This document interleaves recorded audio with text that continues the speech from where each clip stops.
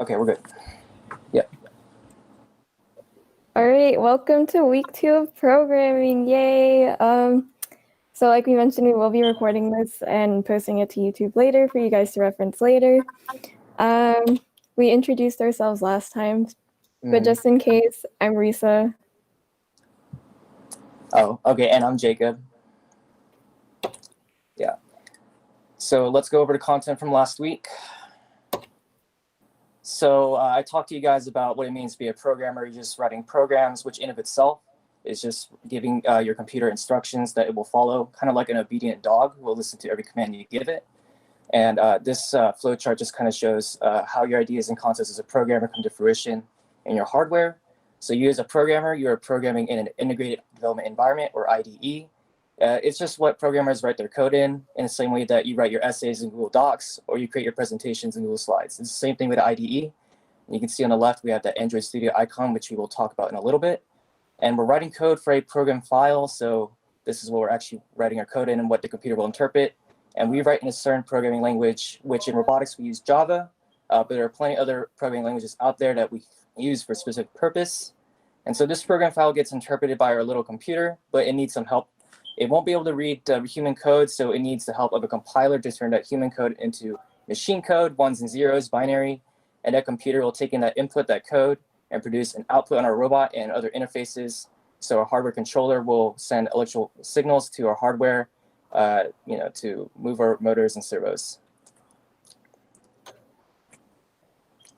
So to break down a programming language, it's just like a regular language where there's vocabulary, grammar, and together makes up a sentence. So I'm just going to read the bullet points. In a programming language, you have a set of instructions that a computer can understand, and you have syntax rules that you must follow for that computer to be able to understand what you're coding, and you make a programming statement. And you don't just have one programming statement, but you have many statements. So you can see on the right, I made a little GIF, however you pronounce it, of just some commands that you might use in your robot, such as shooting, turning right, moving forward, and parking. And I wanted to expand upon this kind of analogy. Before I only told you about the programming statement, but you can also make kind of like chapters or paragraphs with multiple programming statements. And then all those chapters kind of make up a whole book. So a program file is put together to put into a package, which is just a collection of those files, of those Java or Python or whatever files. And one question I do pose to you guys is, what do you call a collection of books? Maybe you can type it out or just speak it out. And there's a reason why I put this question, but what do you call a collection of books?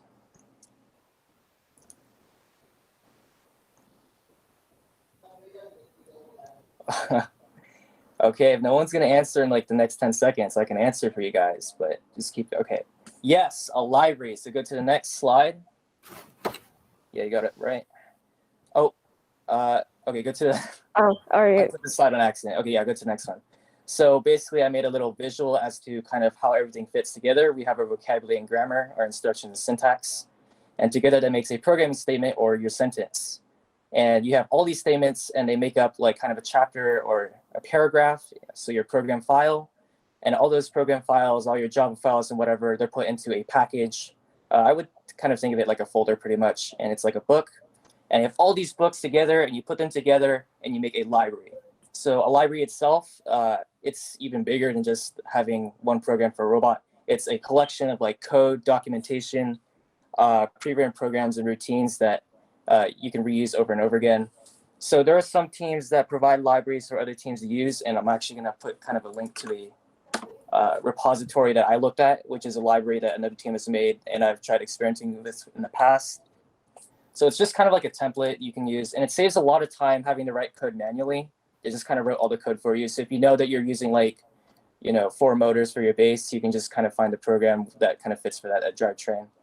And because the libraries, teams are able to test their mechanisms much faster because they don't have to think about programming it because all the code is already out there. And yeah, go back to the previous slide because I put them backwards. So again, I kind of just broke down the statement into its 3 parts. We have our instruction, our syntax, and kind of the parameter. So instruction is vocabulary, the syntax is, the grammar, and the parameter is kind of like the content of your sentence. I'm not really going to go too much more into this because I explained this last time, but that's all you really need to know about a statement. It's just instructions, syntax, and parameters. So let's go to the next slide. So I'm just going to read this off. Just like how there are many languages around the world, there are different programming languages that are designed for a specific purpose. So there's not just Java, there's Python, C++, C#. There's also like data querying stuff like SQL. So some programming languages are better for managing like numbers and whatnot. Some are better for like web design. So you got like HTML and all that. And just like how every language has different vocabulary and grammar, so there's a programming language with different instructions and syntax. And so now I'm going to pass this off to Ryssa, who will talk about the different programming languages. So just as a reminder, we were initially planning on using Python, which is very beginner friendly and easy to read. And additionally, it doesn't have as many syntax rules. I went over the slide last time. So additionally, there's Java. It's the industry standard programming language generally. It's object-oriented. So essentially what that means is you can, I guess, assign characteristics of different files to new files. So like, we'll probably go over this a bit more in depth in a future lecture. But essentially, just you can think of it as a relationship in which, let's say that hypothetically we have a file called dog, and we give it all the characteristics of a dog, and then we make a new file called, I don't know, like Chihuahua. We can apply all of the characteristics of that dog object and say, oh, a Chihuahua is a dog. But yeah, we'll go more in depth into it at a later lecture. And then refresher from last time as well, IDEs or integrated development kits are the environment in which we write and edit our code. Specifically, Android Studio is the one that we use for robotics. So let's see. Jacob will go more in depth into how we upload code to our hubs later, and then he'll also go over what the hubs are. And commonly for Android Studio, you can use Java, C++, Python, HTML. It's very versatile. So programming in FTC, we went over the slide last time as well, but essentially you're trying to program for both the autonomous and the teleop periods during the game so that you can complete the assigned tasks that you need. So in autonomous, there isn't any user interaction at all. The robot has to run on pre-programmed instructions. So ahead of time, the robot already has an idea of where it needs to go. And then with control structures, the robot can adapt to the environment and move based on a specific condition. So essentially, for control structures, you know how in autonomous, the rings, when you start, there can either be no rings, I think 1 ring or 4 rings. Essentially, we can have instructions already set up in our code to say, oh, if there's no ring, I want you to run this branch of code. If there's 1 ring, I need you to run this branch of code. And likewise, if there are 4 rings, I need you to run this branch of code. And they all end up leading to the end of the program. For teleop, it's user controlled, so you're using a controller to actually drive around the robot. Yeah, so as you can see over here, we're actually able to map out what commands certain buttons actually do when we press them on the controller to run certain pieces of code. I went over this last time as well, but essentially, teleop code will run in a loop and keep looping and checking for these conditions and running these corresponding commands until you press the stop button. And now onto the new stuff. So there is definitely a lot of things to go over in this one. We're not really going to talk about too much code, but at the end we will get a little bit into like GitHub and other stuff. For this presentation, I want to focus on electrical and hardware. So for our robot to move, not only do we have to write programs for it, but we need to wire the hardware as well, the electrical. And electrical, we are concerned with the computer, the interfaces, the hardware controller, the hardware itself, and all the wiring in between. So a lot of these slides, we're going to learn about what each component does. And it's good to know what you're working with, because then you know what you can program. So you know what you can program. So next slide. So kind of before we go over everything, I do want to go into a little bit like chemistry, physics kind of stuff. So we have electricity that we're working with, right? So electricity just has to do with the flow of electrons between atoms in a conductor. So let's just kind of break that down. So everything is made of matter of these atoms. And in every atom, you have a nucleus, which inside of it, there's protons and neutrons. And then surrounding that nucleus is your electrons. So all those little gray dots you see right there are the electrons that are kind of orbiting around our nucleus or atom. And in short, atoms have spaces where electrons can flow. So you can see that there are like different rings around these atoms. And kind of the outermost ring is called the outermost valence shell. And that valence shell can only hold up to 8 electrons. But as you can see for the atoms of copper, so Cu, and gold, Au, you can see that there's actually only 1 electron in its valence shell, which means there are 7 electrons, 7 spaces where those electrons can kind of flow and like go around in. Unlike other atoms like oxygen and carbon, they're not so conductive because their valence shells are already filled up. You can see that oxygen has 6 atoms, or it's not 6 atoms, 6 electrons, and carbon has 4 electrons. So basically, electrons are repelled by a negative charge. You can see there's that one picture of like electron flow. They're trying to get away from that negative charge, and they are attracted to kind of a positive charge. And you can also see at the top, I put a picture of like a little circuit, and it kind of shows how electrons kind of flow. So again, you have that positive charge, and it gets kind of taken away from the electron, and the electron flows through the circuit. It lights up the LED, and then it comes back to bond with like the lithium ion. So basically, you don't really need to know any of this, except for the fact there's positive and negative charge. That's what I want you to take away from this slide. So these flow of electrons performs the work in our hardware. It's what makes our motors move. It's what makes our computers compute. And that's pretty much it for this slide. So I do also want to go over pulse width modulation. So to control our hardware and send information, we send an electrical pulse that varies in width, aka pulse width modulation. So the thing with kind of electricity is that it can only really be on or off. There's either an electron or no electron. So instead of just counting like electrons, we have like this little pulse, and how long the pulse is kind of like the information or exactly how strong the voltage is going to be to our kind of motors and servos. So the important thing to understand, okay, so I pretty much explained that. The duration of the pulse changes the average voltage, and information can be taken from that, So that's it for that slide. So now we're kind of going to have to go over wires. So the electricity will have to flow through something. It's going to be our wiring, performing work and making our hardware move. So inside of these wires are conductors are like copper, not really gold. That's more in like expensive things like our phones. They actually have a little bit of gold in them because they're really good at conducting electricity. And so anyways, they're color coded. So the red wires are positive charge and the black are kind of negative. And the thing about electricity is that it doesn't flow until there's a complete circuit. So if you're ever wondering why that wire is in like bundles of 2, that's because there needs to be a way for electrons to flow in and then out to complete a circuit. And then we kind of have other colors like white, yellow, green, whatever. And they're just kind of like signal wires. So you'll see like in encoders, they have extra wires, and that's going to, pulse width modulation kind of stuff.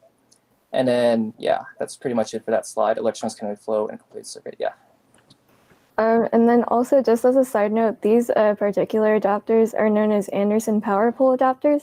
So they're really nice because you can literally just like plug and play instead of like having to deal with wiring. Oh wait, did you mention it? Oh. No, I don't think so. All right. I don't know. I wasn't really paying attention. So there's also this thing called USB, which if you didn't know, stands for Universal Serial Bus.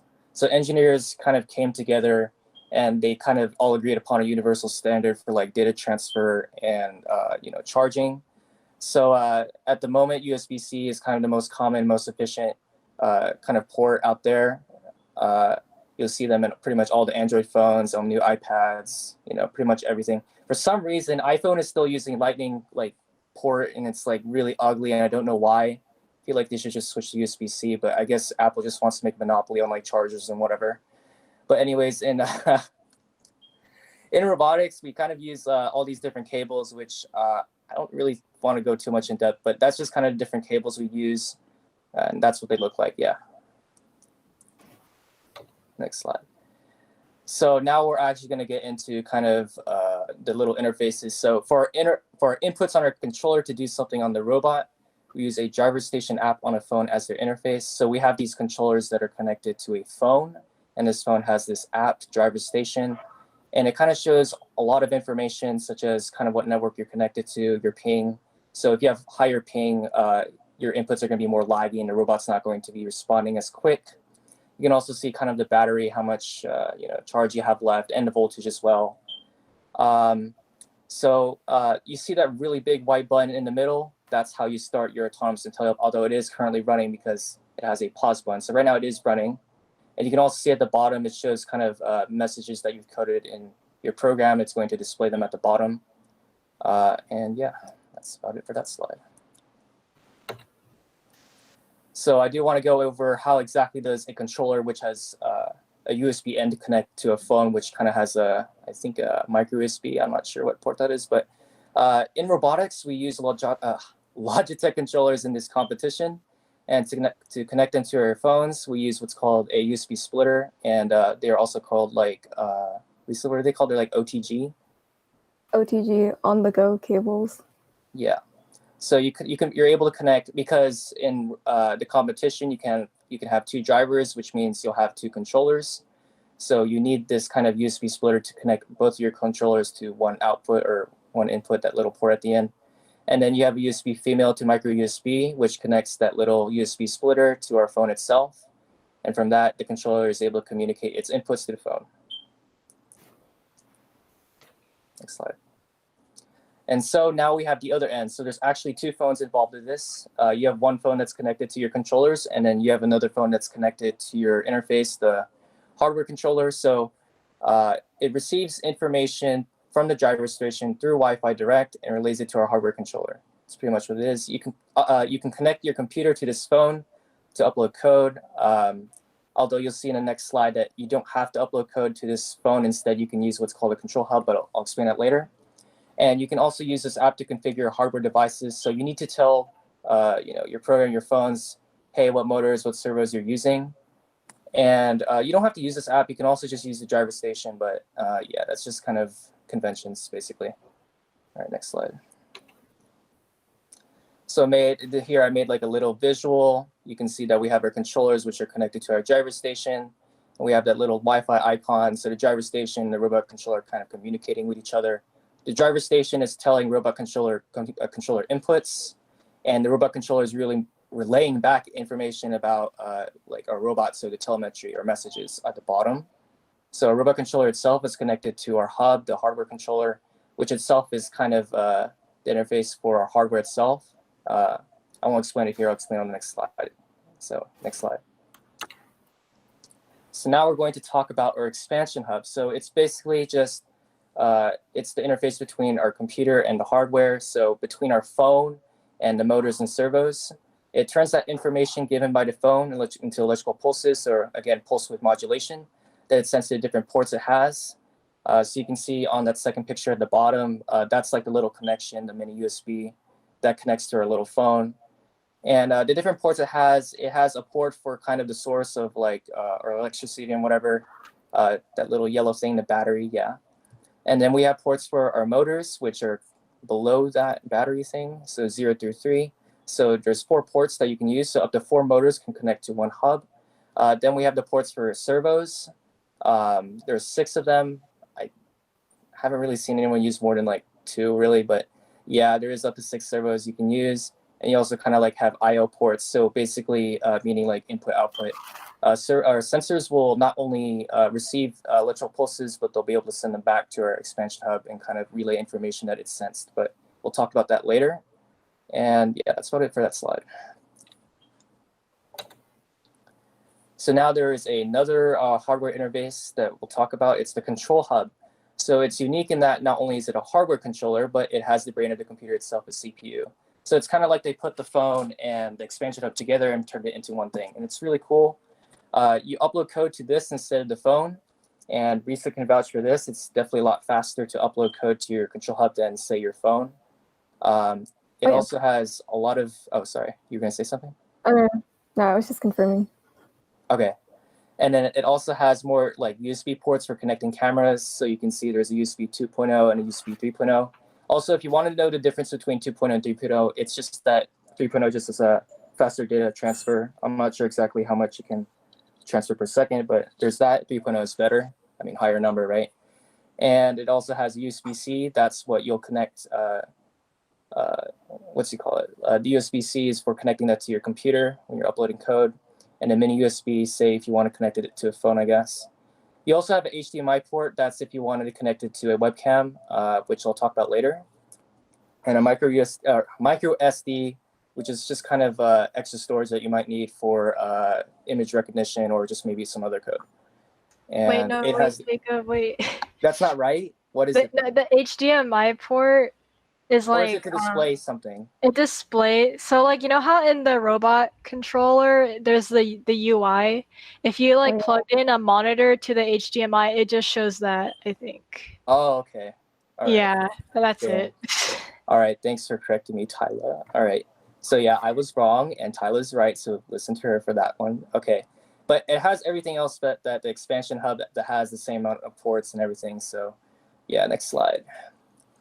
Oh, just like a side note, what's really nice about the control hub is that you don't have to worry about mounting a phone, which ends up saving space. So if you were to just use the expansion hub with a robot controller, you'd have to actually designate a place on the robot for your phone to go so that it doesn't like fall or disconnect or anything. So yeah. Okay, have fun. Yeah. All right, so now we're going to talk about the motors and servos themselves. So these work by sending, again, electrical pulses through its power pole connector. And like Ryssa said, did you talk about the power pole connector and how it's just plug and play? Yeah. Okay, so yeah, they're really convenient. It's very easy to work with. It's not fiddly with like other connections that we don't mention, but it can also work like a servo using, oh wait, sorry. So the speed, how fast the motor rotates is based on the current supplied by the hub. And it can also work like a servo using encoders, which I'll talk about a little bit later. So each motor has its own gearbox. I think Tyler's mentioned this before. So there's a gear ratio, and it's basically the difference between speed and torque. So if you have a small gear ratio, with a small gear ratio, it doesn't have a large reduction, so it's going to move faster. But if you have a large gear ratio, there's a larger reduction. That means that it's able to move like more heavier things, I guess.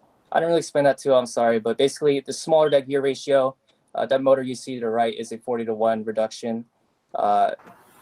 It's going to be slower than, say, a 20-to-1 gear ratio like NeverX. So it's used for just like general like fast movement. So you're going to use motors for your base, linear actuators, and then your intake outtake. So you saw like the flywheels and like the little rollers and whatnot that Tyler talked about earlier. So yeah. Next, we have our servos. They work by, again, just sending more electrical pulse via a 3-pin connector, and that's what they kind of look like. And again, keep in mind that this color coding kind of is universal, so that black and red, black is that negative charge, red is that positive charge, and then that white is kind of like the information, the pulses and whatnot. And so a typical servo has kind of 180 positions based on 180 degrees, but like Tyler said, there's also 90 degrees and 360 like degree servos. And they can also be continuous and work like a motor, except they're very weak. And why would you use that? Anyways, you would use it for like precise slow movement, so like a pivot in arm or the swivel for that like swivel like drive base, and also for grabbing for like that claw grabbing thing that Tyler showed. So yeah. So with sensors, instead of sending electric pulses, sensors convert stimuli like heat, light, sound to electric pulses, which gets relayed to our interface, the hub, and the computer. And so these sensors can help us know when a certain stimuli is sensed, like detecting an object or getting to a certain position. So the first sensor we're going to talk about is the encoders. So encoders convert kind of motion to electric pulses. They count in ticks. So basically every time you do a full revolution of that motor shaft, it has a number of ticks. It's constant. So for NeverX motors, it's like 1440, I think. So how encoders work, okay, sorry.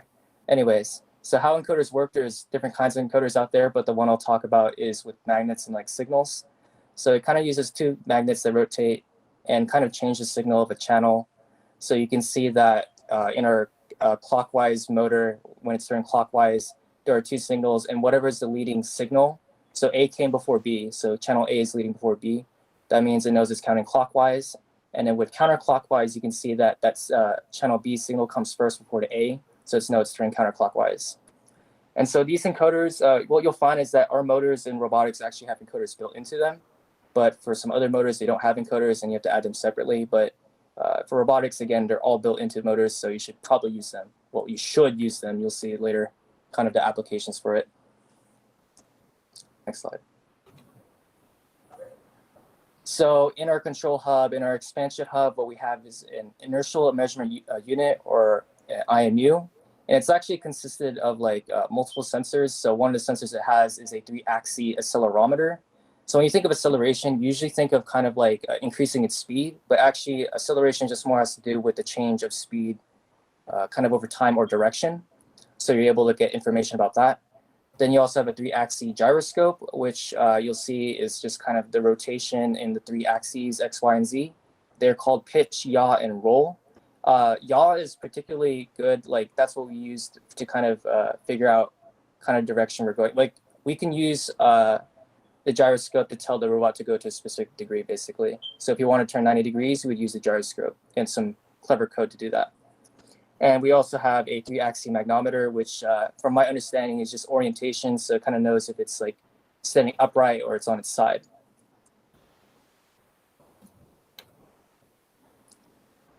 Next, we'll talk about computer vision. So the phone, it has a camera that we can use, or we can use an external camera connected to the control hub, and that we can use that for computer vision. So we take in those images and those videos from that camera, and using filters that amplify certain features and special algorithms, the computer processes these images and are able to identify certain objects and even track them in a live video feed. It's really cool. I actually tried this once, and Tony, you can vouch for this. I was at your house and we were trying out the computer vision, some code that I stole from another team, but it actually worked. It showed that it was able to recognize like the kind of the skystone blocks. If you remember that, that was really cool though. It's kind of hard to work it out. That's why I use another team's code. There's a lot of, it's very complicated and there's only so much that I know. So, but it's definitely really interesting. If anyone else wants to say anything about it, since you guys kind of did computer vision, Ryssa and Tyler? Oh. I don't know. Anything? Yeah, that was our Tyler thing. Okay. I mean, yeah, you could like kind of, with computer vision, you can kind of calculate your distance away from objects, and kind of like your robot will have an idea of its position in comparison to the object, so it could potentially automatically drive up to the object without driver control. Pretty cool. It's a lot of trig, some math, but yeah. All right, we did that in FRC with like spacing out our robot from the power port. Yeah. Mm-hmm. And you need to know the angle that you're looking, that your camera is looking at. Like, yeah. Okay, but yeah, that's all we have for computer vision for now.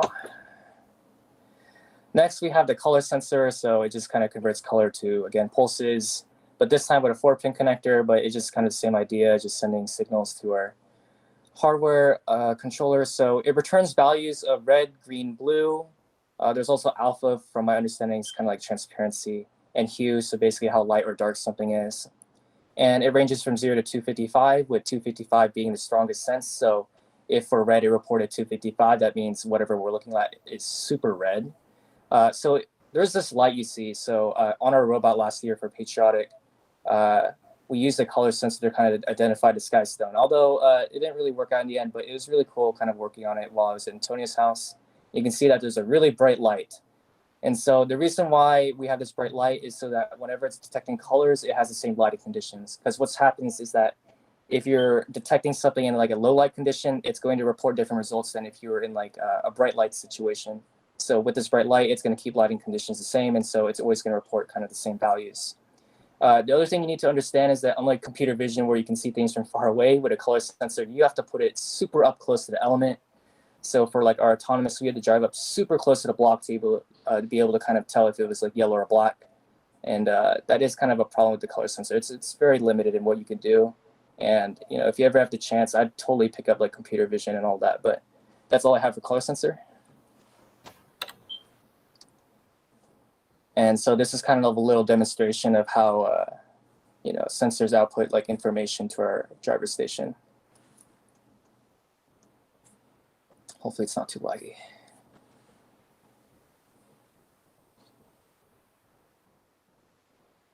It's kind of hard to see, but you can see at the bottom there's like messages that are kind of displaying the distance between that of the sensor and the object. It's really hard to read, but yeah, it does change. It's pretty cool, and it is accurate to like the inch and whatever.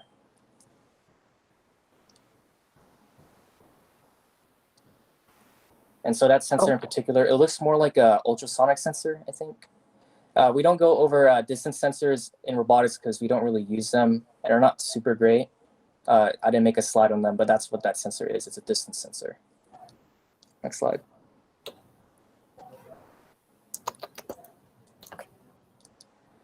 All right, so we have all this electricity flowing around, but we kind of need a source. So obviously there's a battery. We use a 12-volt battery with yet another power pole connector. And the one thing to note is that, again, the speed of the motor is dependent on kind of how much electricity is flowing through it.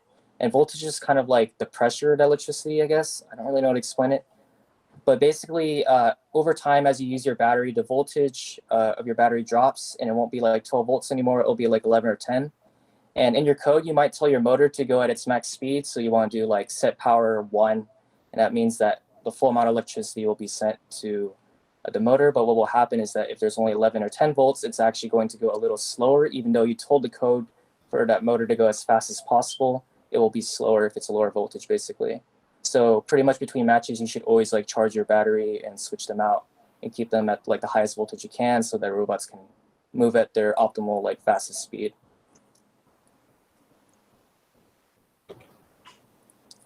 And well, we have to cut the circuit. We don't want that, for that battery to be running all the time. We got to turn that thing off, kind of like our phones. Basically, we keep them on. It drains the battery. If you turn off the phone, it's not draining the battery anymore. So we just kind of have a switch that breaks that circuit.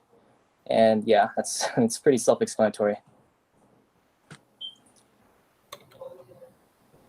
So to put everything together, I made this little kind of diagram thing in my in art engineering notebook for Patriotic last year. And this kind of stuff actually won me the control word. I did so much documentation for our code and everything, and this is the wiring. So you can kind of see on the left that I kind of explained what each little thing is, including like the physical device, the group, the hardware, and also all the little different arrows that are color-coded. So we can go through everything one by one. We first talked about our phones. So again, this is kind of like the computer. And this computer is connected to our little interface, the Rev expansion hub. And it's going to relay these electrical pulses to each of the different hardware, the motors and servos. And you can also see on the second expansion hub that a color sensor is connected to it. So the color sensor will be sending electrical pulses back to the expansion hub and kind of give us, readings of how much red, green, and blue our little element has. And so it's actually going to connect back to like our robot controller and relay that information to our driver station. You can also see kind of on the left, we have our battery, which is connected to the expansion hub with a switch in the middle. And you can kind of see kind of the yellow, that's like, the connection for like where electricity should be like at, yeah. And there's also encoders I talked about earlier. They just kind of count motion and steps and ticks. And they're connected kind of to each of the motors because they have it built into them. And I think that's about it, really. Yeah, I think that's every little thing, but yeah, it's pretty cool. So now we want to go back to our little flow chart for autonomous, but this time now we know all the little like hardware and sensors and everything that goes into it. So first, we kind of start off our little program. So we have to press that big circle in that middle of the driver station. So now the program is going to start. And then the first process it's going to do, it's going to declare its variables. I'm going to tell it, hey, we're using these motors, these servos. Here's some sensors that we want to take readings from. And then we have this next kind of decision, wait for start, which kind of waits for the driver in the driver station to press that play button. And once that play button is pressed, it's going to the next process. So it's going to move, and it's going to have those parameters. It's going to move forward, and 1,000, so in milliseconds is just 1 second. So it's going to move forward. That's just kind of an example process. That doesn't really mean too much, but the main thing I want to emphasize on is that next decision, which is count rings. So basically, we're going to use kind of our webcam as an example to kind of look at how many rings are on the ground. If there's 0, 1, or 4, I accidentally put 3, but there's 4. And after that, it's going to follow some processes like after it decided how many rings there are. And after that, it's going to go and end our autonomous. So it's just going to stop everything, and it's just going to kind of park there. Yeah.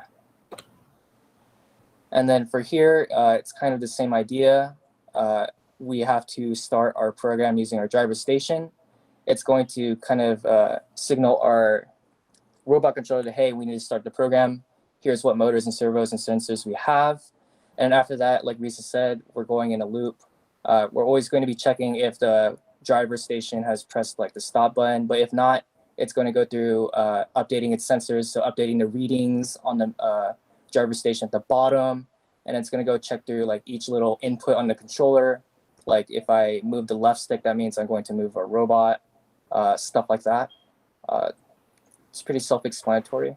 And then once we press the stop button on our driver station, it's going to send a message to our robot controller to, hey, stop running the program, stop everything, and it's going to end. And so here's a little video that kind of incorporates all these different sensors together, and it's really cool.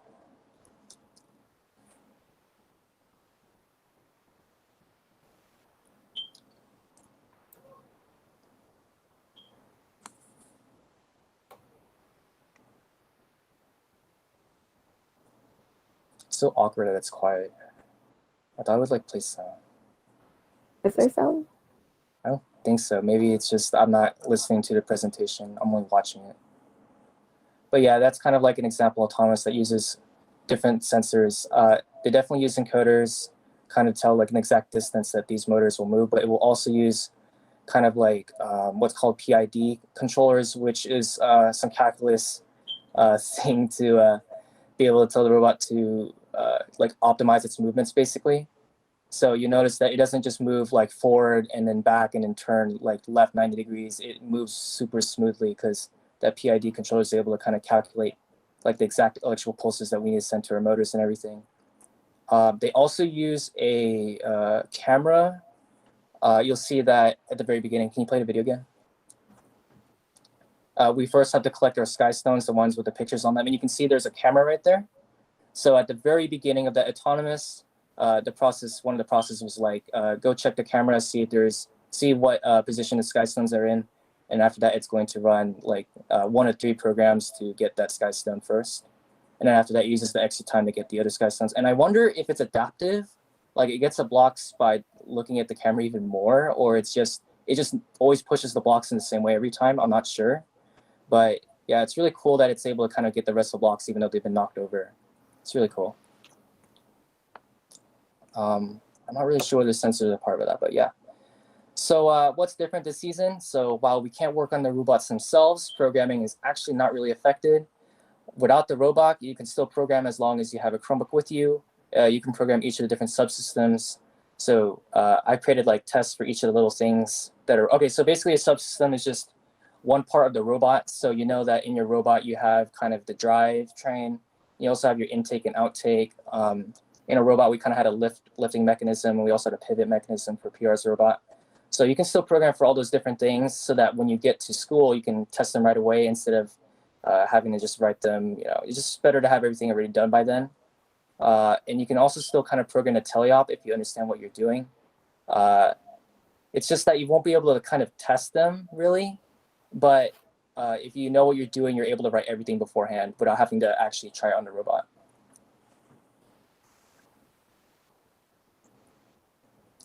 And so, oh, I think this is on you actually.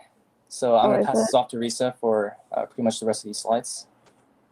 Okay, so we emphasized last time that we can't be at school, and so if we're going to be able to do any programming, we're going to have to be able to do it at home.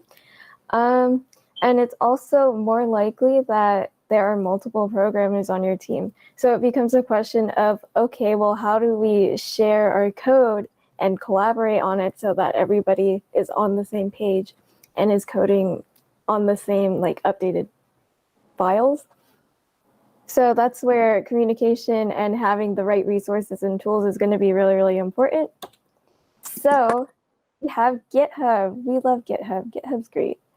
So essentially, the easiest way to think of GitHub is Google Drive, but for code. So it's a software development platform that allows you to manage different updated versions of code using Git, which is essentially just a system that computers use to track changes in code. But GitHub's great because we're able to look at previous versions of our code and revert them back to an older version if we mess up a more recent version of our code, and great for sharing and synchronizing code instead of like having to manually copy and paste things into a Google Doc at PR 2 years ago. Jacob can vouch, but like, Yeah. It's really gross when you're trying to. Did you want to go? No. I don't really have any comment about that. That's pretty much all I was going to say about this anyway. Yeah, okay. Yeah. So this video does a great job of like explaining. Oh, actually, is there no sound? Yeah. Okay, we're gonna pull a pro gamer move. Are you just going to like turn up the volume really loud so it picks up on your mic? That's that would have been smart. Yeah. But no, I would just casually switch to my laptop. Because theoretically, this will work. Spoilers. Okay, what is GitHub? Well, GitHub is a Yeah, we can hear platform it. that helps people solve problems by building software together. So, how does it work? This is Sam. Sam works on tractors all day, but not in the way you might be thinking. She builds the software that helps make tractors more efficient. And she does this on GitHub with the help of her team, BJ, Melinda, and Mike.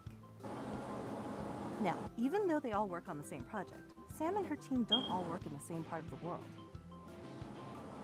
This is Eddie. Eddie also works on tractors all day, except he actually works on the tractors all day. And this is the Harvester L700. It's the latest flagship in the company's fleet of tractors. It's full of sensors and processors that produce a ton of diagnostic data. Eddie has a great idea for how farmers might share their data and improve their harvests. So Eddie opens an issue on GitHub. Issues are discussion threads where people can report bugs, request features, or even just ask questions.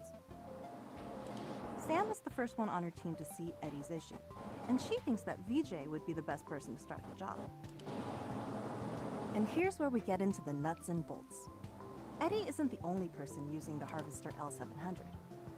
All over the world, other tractors are collecting moisture data, and they need to keep running smoothly even while VJ is working on the new features.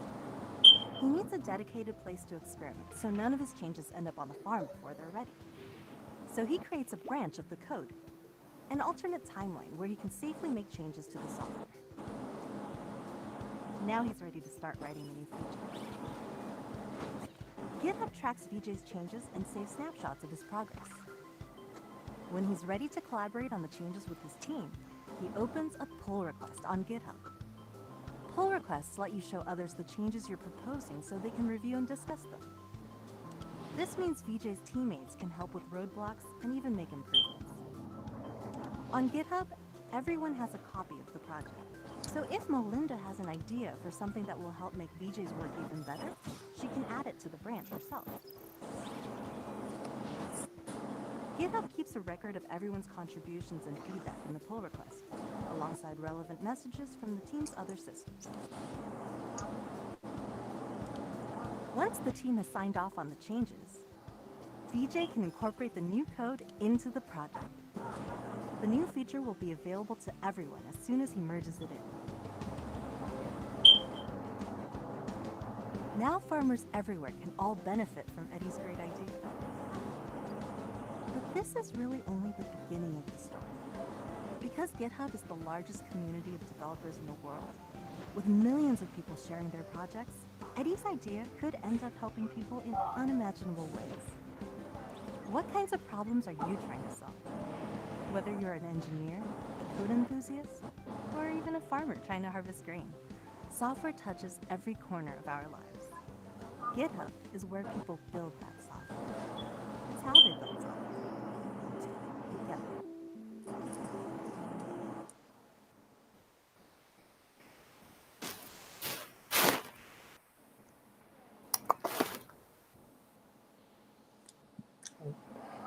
Ooh, okay. And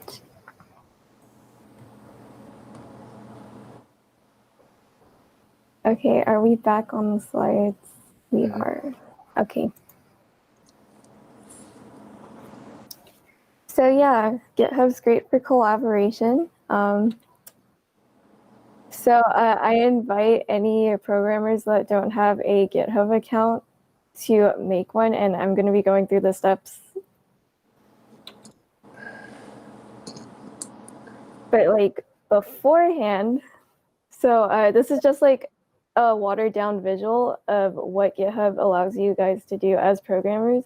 So essentially, Laser, you write the code, and then you can push the code to the cloud or GitHub, and your teammates are able to pull that code, make edits, push it back to the cloud where you can then pull it. So it's very convenient, and it's great for synchronizing code. Yeah, all right.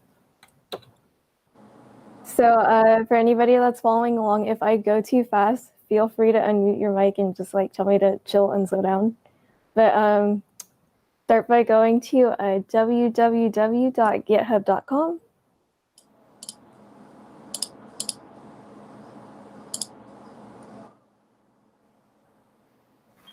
And when you first open the screen, this box, I guess, for signing up should be on your right. And just go ahead and make a username and email that isn't your school email, because if it's your school email, you won't be able to access it after you graduate. So please use a personal email so that you can still come back to this in the future. And then once you have that set up, you can click the sign in for GitHub button.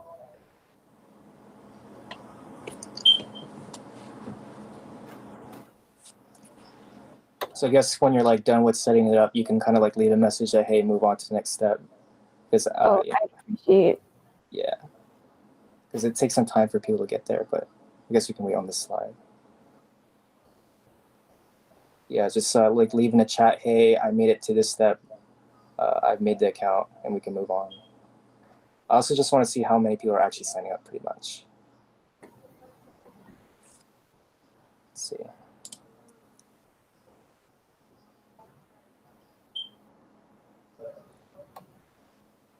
Now, for most people who already have like GitHub as an account, don't worry. We also have like another setup thing that I don't think as many people have. Yeah, no, I just found out about the second part this morning. Oh my god, it's a good tool though. It is. Wait, am I going to talk about it, or are you still going to talk about it? I don't remember. I can still go over it. I made the slides Okay. for it. So.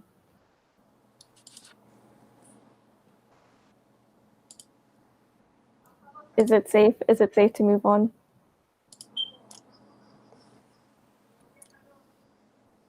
Any objections? Okay.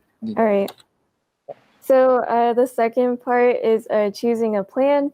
So make sure that you choose an individual plan, because this is just going to be your personal account, and a free account, because $7 a month is a lot. We're poor. I was going to say something. So especially if you're starting out, you won't be able to like kind of use all the features of Pro, because you only know so much. You wouldn't be able to take advantage of the Pro plan anyway. So yeah. And then the next screen, I didn't get the chance to take a screenshot of it, but it's titled "Welcome to GitHub." It's essentially like a big like survey of like, oh, getting to know you stuff. You can skip it if you want just by scrolling to the bottom.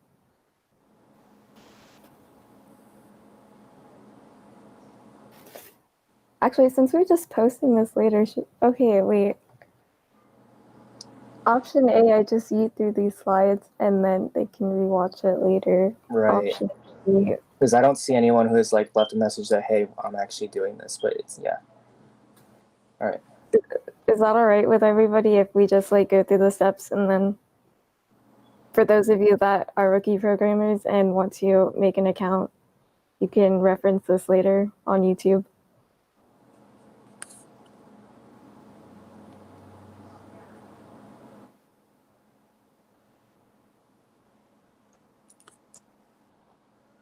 Thank you, Ruben. I appreciate. Okay. So after that, oh, okay. Adam said something. I'm doing it, but it's pretty self-explanatory. Yeah, it kind of is, but for people who may be confused, this is just a clear like way of understanding how it, how to sign up pretty much. Oh yeah. So after you set up your account, you're going to get a verification email from GitHub. So be sure to check your email, verify the address. And then you'll automatically be redirected to creating a new repository. For now, just ignore the page and click on the GitHub logo in the top left corner. We'll probably go over repositories in like a later lecture when we're actually able to like set up code and program with Android Studio. So congratulations. After you've done those steps, you finally made a GitHub account. But this is a feature that we were talking about that I just realized is available to students, GitHub Pro. So GitHub's really nice. They provide all the pro features for students that are still starting out. So it's completely free. You get access to a bunch of additional features, and it's good to take advantage of it, because free. So essentially, afterwards, you end up in your dashboard. You just click on your icon, go to settings, and then in settings to the left, there's an email tab. Make sure that you add your school account email.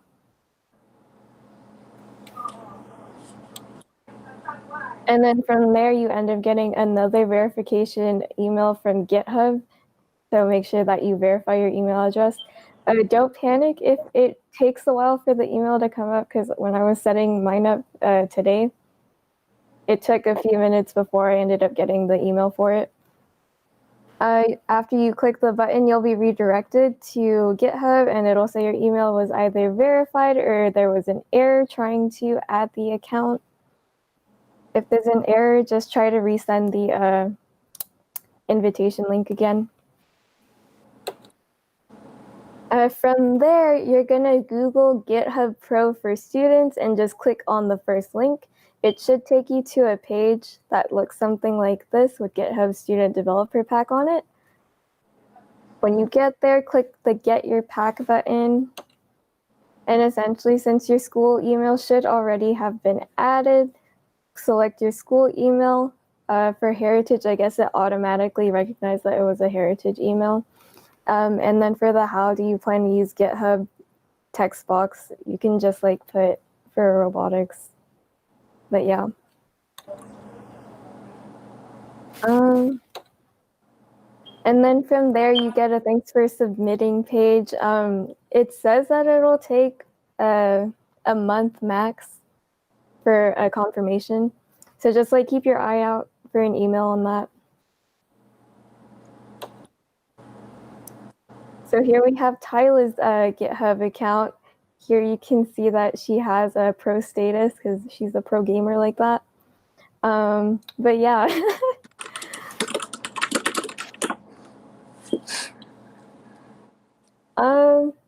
So I don't know if I ended up mentioning it earlier, but just like collectively, Jacob and I are considering, instead of teaching you guys Python, to just jump straight into Java, just because of like the hiccups that might come up with trying to teach you one language for a semester and then trying to transfer over to a completely new language after.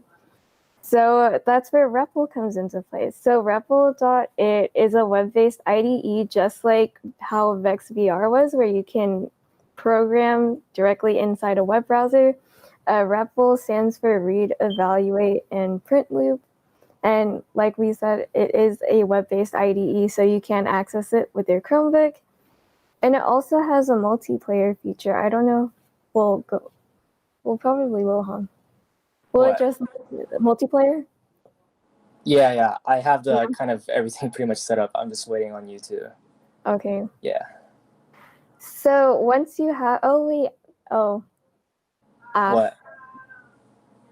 making a REPL account would have been reliant on having your GitHub account set up. Right, but you can also use your Google account and then later on link your GitHub account. Don't worry about it. You could use GitHub, but you know. Okay, that's fair.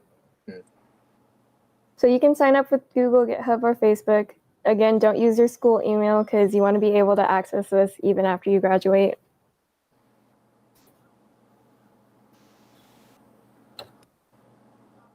This is the last slide. Is it? Oh. Is it? No, it's not. It's not. Computer, please, thank you. Okay. So this is just more for future reference, but when you want to make a new REPL, you click on the plus button at the top right corner, and then you select your language, give it a name, and then create your REPL. And yeah, you can also import repositories from GitHub.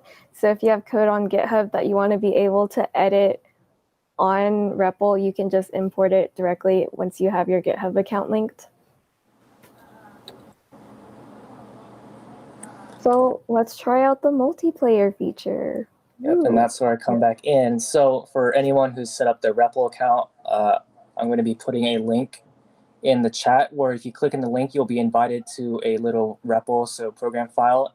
And the really cool thing about this multiplayer feature, it works pretty much in the same way as being able to collaborate in Google Docs. Multiple people can be on the same REPL at the same time, and what you make changes to the program, what file you make changes to, it also updates on their end as well. It's really cool. So you can kind of collaborate together on like simple things like printing out statements, which I want to do right now. So if I can just get the link.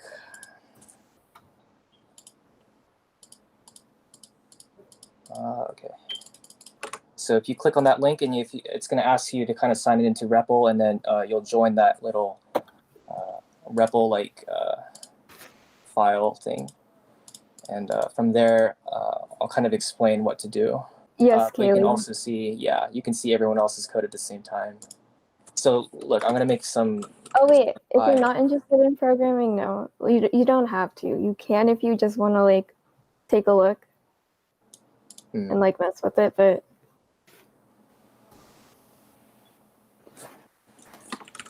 Oh, whoops. But yeah, you can see I'm like putting whatever. Oh, okay. Oh. But yeah. Oh, I see someone. Who's that? I actually don't know who that person is. Oh, it's me.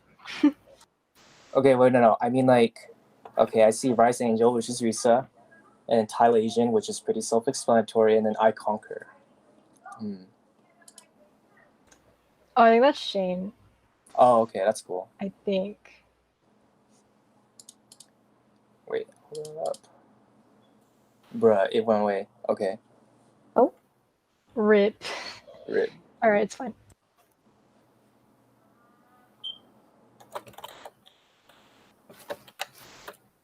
Oh, I see you, Sophie. Yep. So it's really cool. You can already kind of start messing around with the kind of our main.java file. You know. So kind of one of the first things you'll learn when you're programming is if you put 2 slashes, Sophie, makes what's called a comment. And anything to the right of these 2 slashes, you can type whatever. And again, it's really self-explanatory. It's just a comment. And it won't do anything when you actually run the code. It's just kind of there for you. Yes, Sophie, we stand. I want to wait on Adam because I know he was signing up for GitHub, so he's probably doing this as well. Let's see.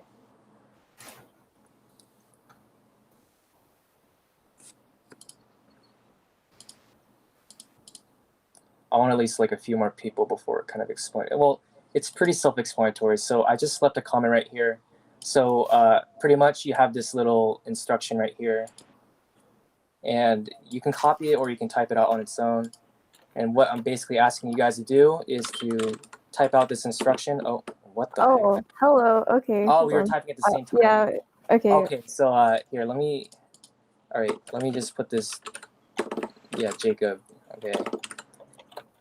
So I'm just gonna delete this right now. So again, remember that our statement consists of like our instruction. So this instruction is a bit longer, but it's actually not so hard to understand. You can see that we're kind of referring to our little system, so the terminal, and then we're outputting something, so that's why there's out, and then print is just, printing something on the screen, like our text. And ln is just meaning like new line. So every time you run the statement, it's going to kind of press enter. Yeah. And then inside, you can do quotations. That's how you start kind of a string, the little content of your statement. Just write my name and what my favorite food is. I never really thought about this, really. I need to think about it. But yeah, so if you're still on here, you can start writing your own little statement. So kind of right after Ryssa's, you can kind of just press enter, enter, and then kind of copy what we've written down.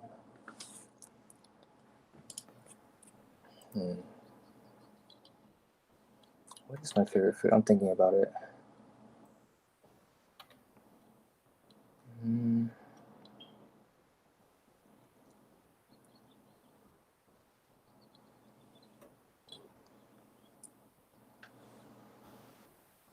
It's kind of hard because I have like.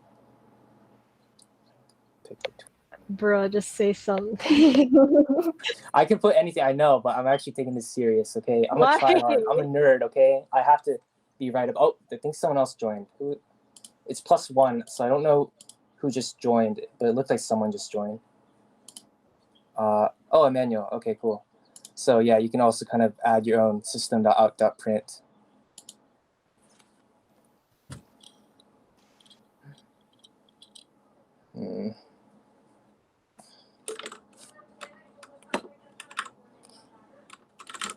Yeah, obviously. I don't even think I spelled it. Okay, whatever. No, that's right. It's right. Okay. Yeah. I was expecting some Asian dish or something, but okay, go off. Nah. I just gave up.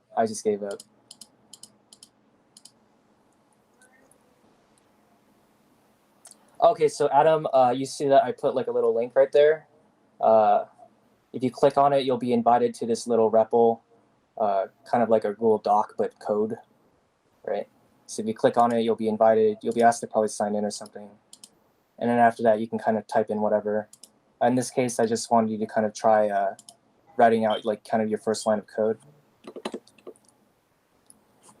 And also another thing is that you have to write these statements inside what's called the main class. That's one thing I forgot to specify.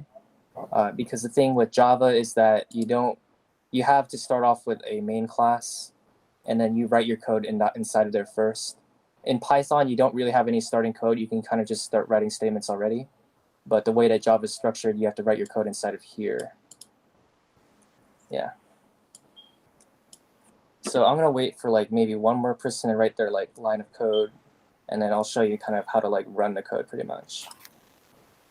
Which, I mean, I already have it on there. Actually, we can try right now. Okay, so Oh wait, you're not Control sharing your Enter. screen. Okay, Control Enter. Yeah. Someone else do it. Oh, there's one error. Oh, that's on me. I'm a terrible programmer. Yeah. Would you look at that? I'm still living in Python. Anyways, now try it again. So you can kind of see that one person runs the code and it will actually update on everyone else's end. It's really cool. And there you go. It's printed on our little terminal, kind of the names and like food and whatever. So as I mentioned before, you are able to import from GitHub. So Jacob and I are going to be experimenting to see if we might actually be able to use REPL to program for FTC, at least to have everything written down. We won't be able to like test anything per se, but this might be an option.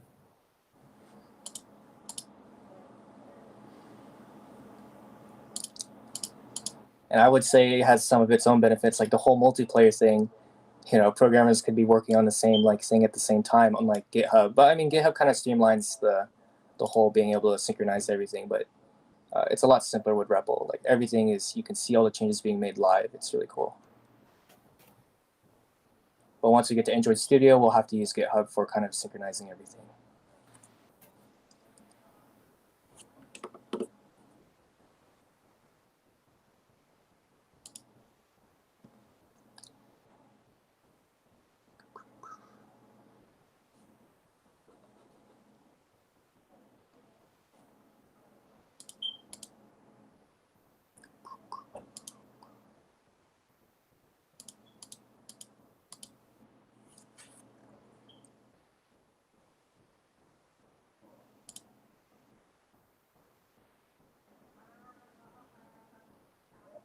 I'm still wondering whoever iConquer is, where that person went. Oh, there's Adam. Yeah. So again, because of the way Java is structured, you have to write your statements inside of these little brackets right here. So you'll have to go past Sophie's statement and then write your line of code there. Alternatively, you could use line 6 or 7. Yeah.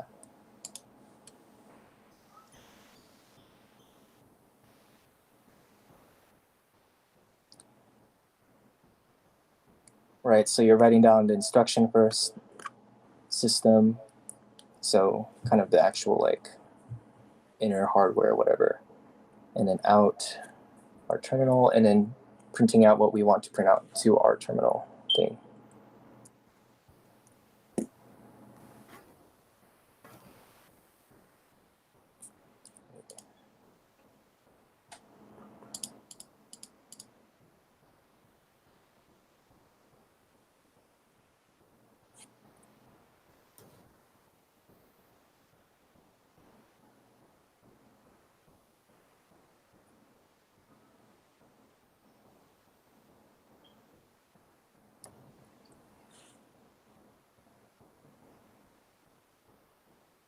And then once you're done with that, what you could do is you can, on your computer, hit Control Enter, and it's going to do on everyone's ends, kind of run the code.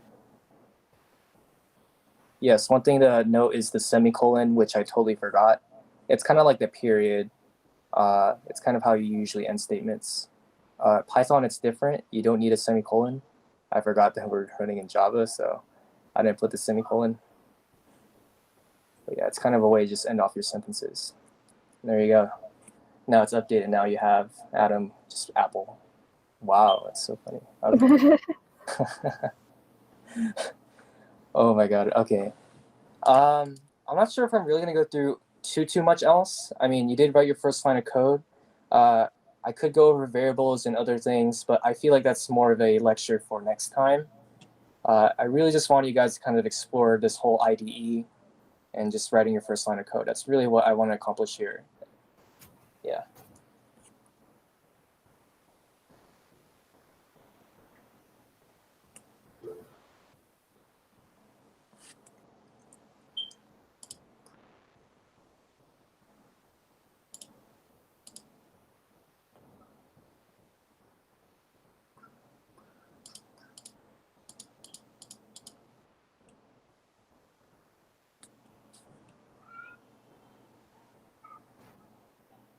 So are we good then? I honestly don't really have too much else. Plus, it's almost 3, so I think it's a good way to kind of wrap everything up. Yeah. All right. So if anyone wants to interject and want to join the REPL last second, oh no, I'm still setting up my account. Say it now. Otherwise, I guess we're wrapping it up now.